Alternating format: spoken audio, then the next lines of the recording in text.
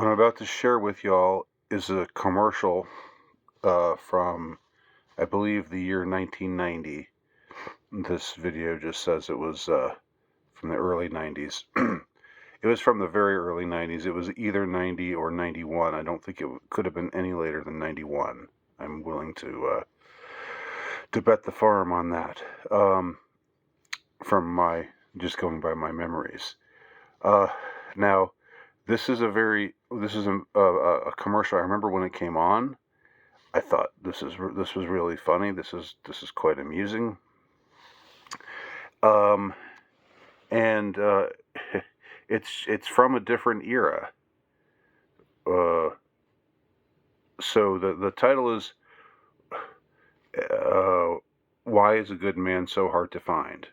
And the thing is, in 1990, you could have a commercial, with a title like that, with a concept like that, like we're about to see, which is a montage of various men that the woman who is obviously, whose point of view we're seeing this from, she's obviously dating these men. Well, let me just run it. Let me just go, because it's pretty short, from start to finish. A lot of women find my looks intimidating. Do you? My mother makes the best brisket. There I was in the Congo. I gotta say, I love this guy. This is what I remembered the most from this video, was this, there he was in the Congo. So props to this actor, whoever he is. He had it down. Why is a good man so hard to find? Just a minute, okay? Why ask why? Try Bud Dry. It's dry brewed, not watered down. To drink light, yet satisfy completely. So while men aren't perfect, at least refreshment is. Okay, so now, A lot of women find my... let me just put this image back up. So in the 90s, this was harmless fun. It really was, because there was no widespread, anti-male agenda. There was no widespread woke agenda that was pushing to make men, make traditional masculinity sound evil and fascistic, and to just vilify men who aren't feminized, who don't capitulate to modern feminism in every way. That just wasn't the case. You'll have to take my word for it. I was alive back then. I remember. And this is, as I said, this is like 1990 or 91. This is right on the cusp of when things changed utterly. And it's my thesis, as I discuss in my extended essay called Havoc, HAVOC, Havoc, how the end of the Cold War unleashed a demon in the West. That was the time when things changed. The end of the Cold War signaled the end of the elites having to pretend that they like Middle America. So, and that's when they shifted focus and shifted direction and started pushing the divisive cultural zeitgeist that vexes us today. But in 1990, that was just not going on. So here, you have this montage of guys, all of whom are, I guess, undesirable in one way or another. This guy's arrogant, but he is good looking. They got a good looking white guy to play a good looking guy, and he says, a lot of women find my looks intimidating. Do you? And yeah, we can laugh at this guy for being a douche and, being arrogant and all of that without it becoming this, men. Uh, you know, even though the title, again, the title of this commercial is "Why is a Good Man So Hard to Find?"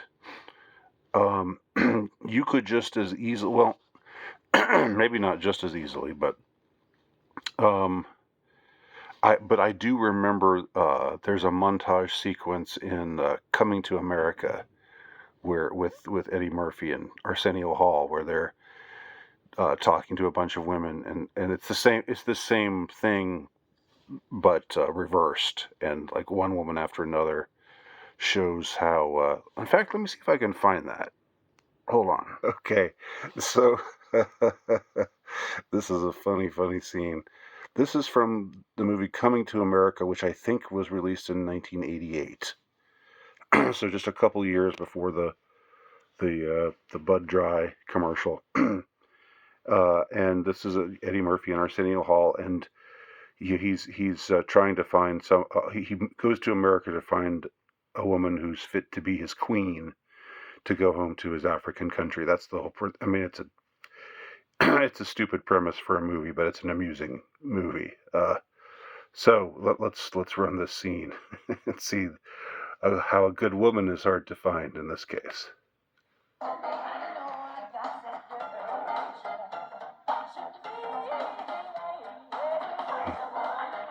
I've got a secret. I worship the devil.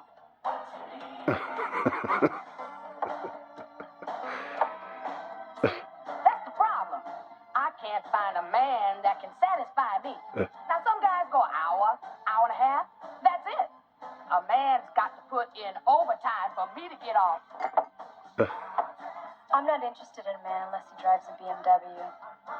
Yeah, well, baby, I'm almost single. My husband's on death row.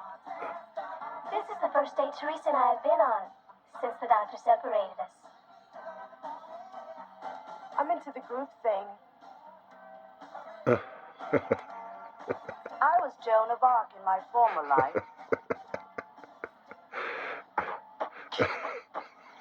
My name is Peaches, and I'm the best. All the DJs want to feel my breath. Yeah,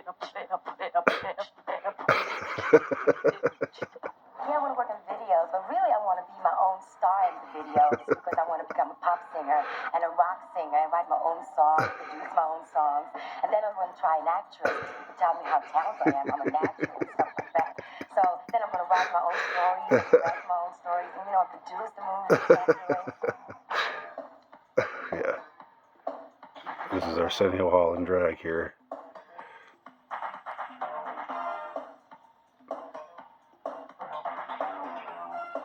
I hope you don't mind me coming over and sitting down. But I've been watching you all evening. And I want to tear you apart. And your friend, too. Great spit take. All right, so anyway, yeah. That's the scene from Coming to America from 1988. And I know they made some remake of it that was supposedly super woke. I never saw it. This is from the original. And as you can see, it was like you could have a scene that showed a bunch of women who were undesirable, like one after the other after the other. And whether they're weird or whether they're scary or whether they're ugly or whether they're materialistic, it's the same basic premise as the Bud Dry ad, where it's why is a good man so hard to find? What I'm saying is there was no, I mean there's always been conflict between the sexes, of course. There's always been misunderstandings and so forth and so on, but in the before days, before the elites turned on us,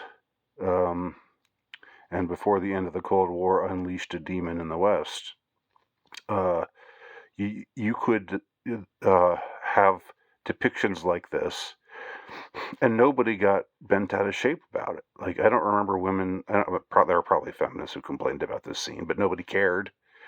And I never thought to complain about the Bud Dry. I mean, I didn't get my hackles up. I didn't think, oh, this is anti-male, because there was nothing back then like in the water or in the air, just pushing that kind of hostility and that kind of divisiveness between people like we have today. So that's just a time capsule for those of you who might be too young to know, might be too young to remember what things were like, what things used to be like.